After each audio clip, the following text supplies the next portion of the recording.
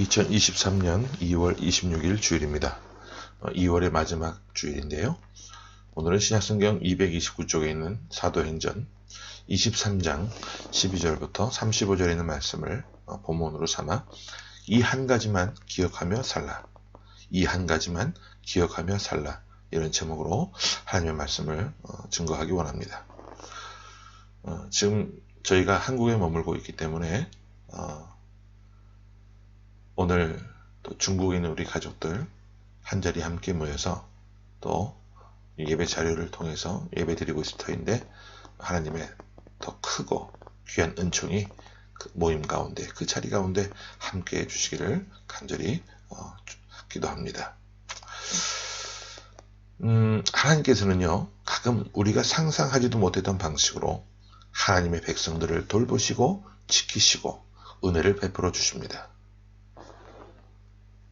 악한 사람들은 원래 태생적으로 하나님의 백성들을 대적하고 적대시합니다.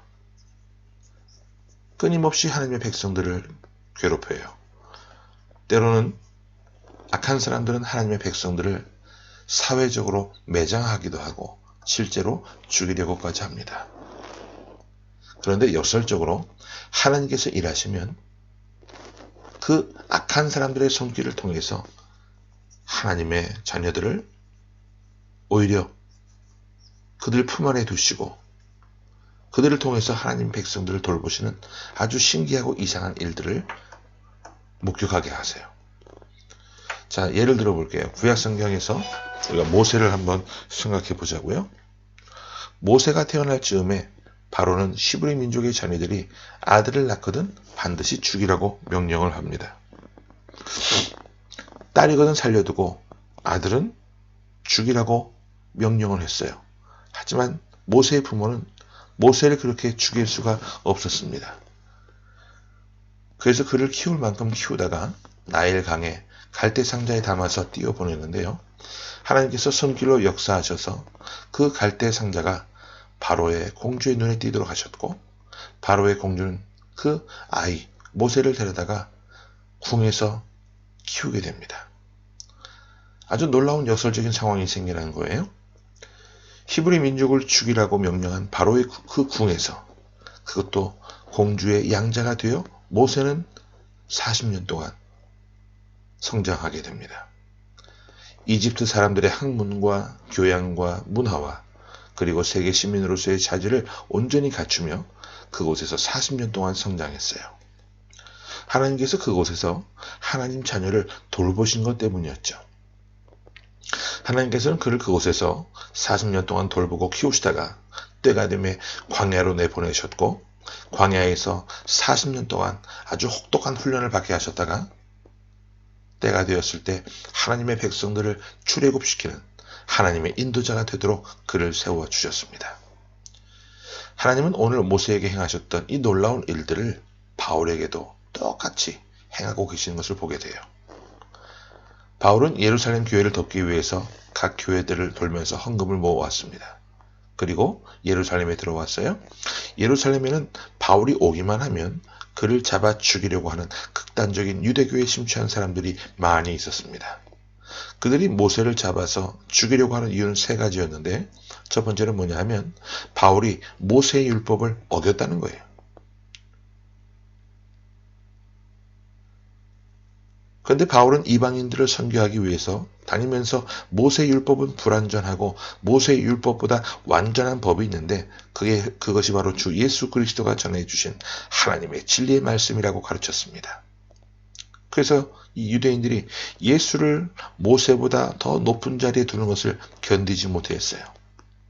두 번째로 유대인들은 예수를 선지자 중에 한 사람 정도로 여겼지 메시아로 여기지 않습니다.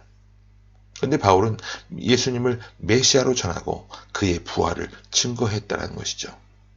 또 한 가지 세 번째는 유대인들은 할례를 그들의 생명처럼 붙들고 있었습니다. 모세의 율법에 기록된 할례, 그 할례는 아브라함의 후손임을 인정하는 것인데 그런데 바울은 이방인들에게 전도하고 다니면서 할례 받지 않아도 우리는 영적으로 아브라함의 자손이 되고 하나님의 백성이 될 수 있다라고 가르쳤습니다. 이런 여러 가지 이유 때문에 유대인들은 바울을 붙잡아 죽이려고 마음먹고 있었어요. 그래서 그가 예루살렘에 들어오자 한바탕 소동이 일어났는데 결국 그 소동을 통해서 바울이 붙잡혔고 또 여기에 로마 당국이 개입을 하게 됩니다. 그 당시 로마 당국 천부장은 유대인들의 환심을 사기 위해서 바울을 채찍질하고 죽이려고까지 했어요. 하지만 거기서 반전이 일어나죠. 우리가 지난주에 살펴봤던 것처럼 바울 자신이 로마 시민권자임을 밝히게 됩니다. 그때부터 상황이 급반전되었어요. 로마 시민권을 가진 사람을 재판도 하기 전부터 붙잡아 놓고 신문하고 채찍질을 할 수가 없었기 때문에 그렇죠. 그래서 오히려 그날 이후부터 로마 당국이 바울을 보호하는 그런 형국으로 전환이 되게 됩니다. 이에 유대인들은 우리가 당을 짓고 바울을 죽이기 전에는 먹지도 않고 자지도 않고 마시지도 않겠다고 결단하면서 결사대를 만들게 됩니다. 자, 우리 12절과 13절 말씀을 함께 먼저 보겠습니다. 자, 시작.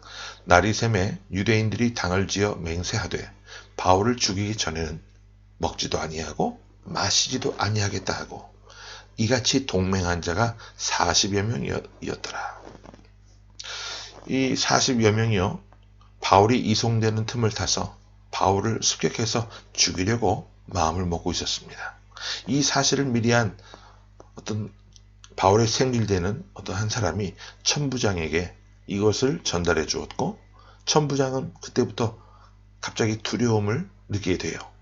자기가 관할하는 영내에서 로마 시민권을 가지고 있는 이 사람이 어떤 정당한 이유 없이 살해를 당한다.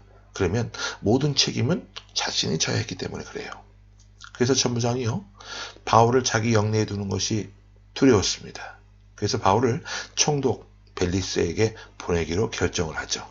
자, 23절과 24절을 계속해서 보겠습니다. 시작. 백부장 둘을 불러 이르되 밤 제3시에 가이사랴까지 갈 보병 200명과 기병 70명과 창병 200명을 준비하라 하고, 또 바울을 태워 총독 벨리스에게로 무사히 보내기 위하여 짐승을 준비하라 명하며. 이런 제보를 받은 천부장이 중무장한 군인들을 총출동시켜서 바울을 보호하게 됩니다. 그리고 총독 벨리스의 영지인 가이사랴에까지 직접 자기가 나서서 호송하기로 결정을 하죠. 여기에 동원된 군인들이 참 많았어요. 그죠? 23절에 다시 보시면 보병 200명, 그리고 기병 70명, 창병 200명, 그리고 바울을 태울 짐승까지. 이제 VIP 대접이죠. 그리고 총독인 벨릭스에게 편지를 먼저 써서 보냅니다.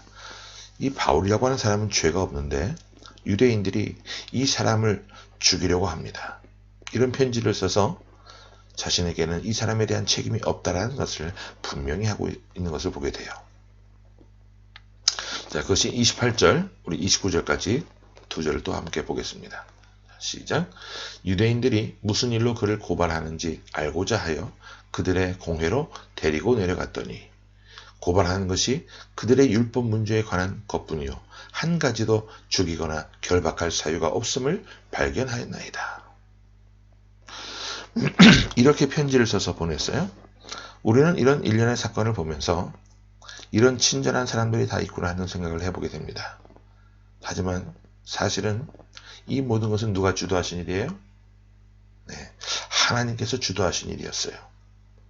하나님께서 사로잡혀 있는 바울에게 나타나셔서 바울에게 용기를 주시면서 사랑하는 아들아, 걱정하지 말라고 안심을 시켜주셨어요. 그것이 11절에 나와 있는데 11절 보고 정리합니다. 자, 시작. 그날 밤에 주께서 바울 곁에 서서 이르시되 담대하라.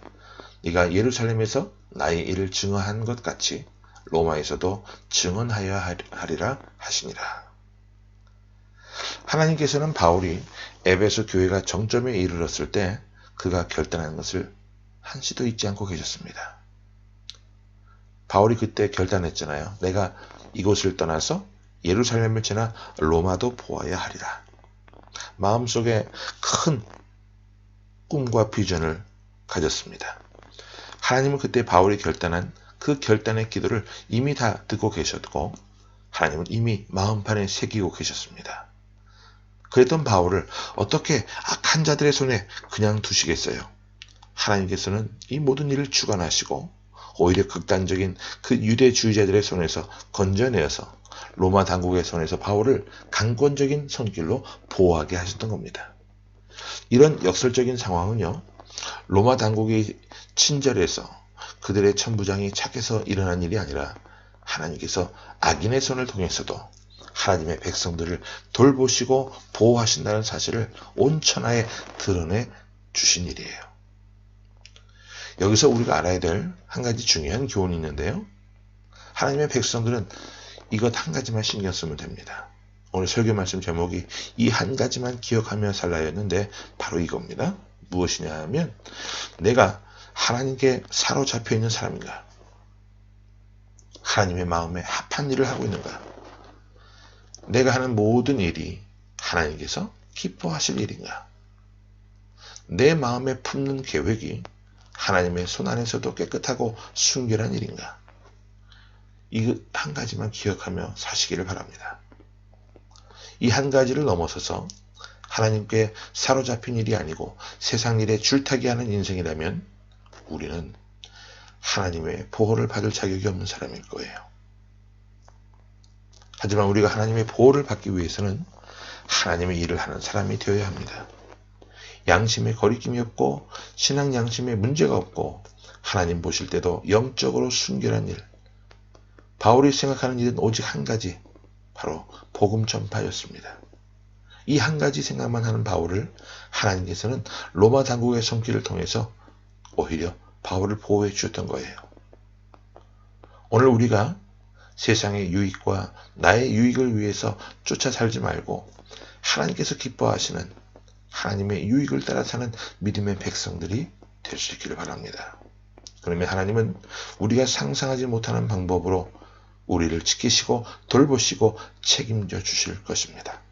이런 귀하고 놀라운 역사가 우리 인생에 가득 차고 넘쳐나기를 간절히 주님의 이름으로 축원합니다. 아멘. 함께 기도하겠습니다. 지금도 살아 역사하시는 주님, 오늘 주신 말씀을 우리가 마음에 새기기를 원합니다. 기억하며 살아야 될 것들이 참 많은 세상인데 잊어서는 안 되고 우리가 꼭 반드시 기억하며 살아야 될 것, 하나님 오늘 말씀을 통해 우리에게 가르쳐 주셨습니다. 세상에 거하면서 줄타기하는 인생의 모습이 되지 않도록 도와주시고 하나님의 보호를 받기에 합당한 하나님의 일을 감당하는 삶이 되게 하여 주옵소서. 양심에 거리낌이 없고 신앙 양심에 문제가 없고 하나님 보실 때 늘 영적으로 순결한 삶의 모습이 되게 하여 주옵소서. 늘 하나님께 사로잡혀 있는 삶이 될 수 있도록, 늘 하나님의 마음에 합한 삶이 될 수 있도록, 또한 내가 하는 모든 말과 일들이 하나님께서 기뻐하실 수 있는 일들이 될 수 있도록 우리의 몸과 마음을 정결케 하시고 순결케 하시고 오직 하나님의 말씀을 따라 하나님의 유익을 따라 살아나가는 믿음의 백성들 될 수 있도록 하나님 함께하여 주옵소서. 악하고 험한 세상 가운데 우리를 지키시고 돌보시고 책임져 주시는 아버지 하나님을 날마다 더욱더 믿고 의지하며 한 걸음 더 가까이 대하는 이 땅의 모든 믿는 자들 될 수 있도록 하나님 함께하여 주옵소서. 살아계신 예수 그리스도 이름으로 감사하며 간절히 기도하옵나이다. 아멘.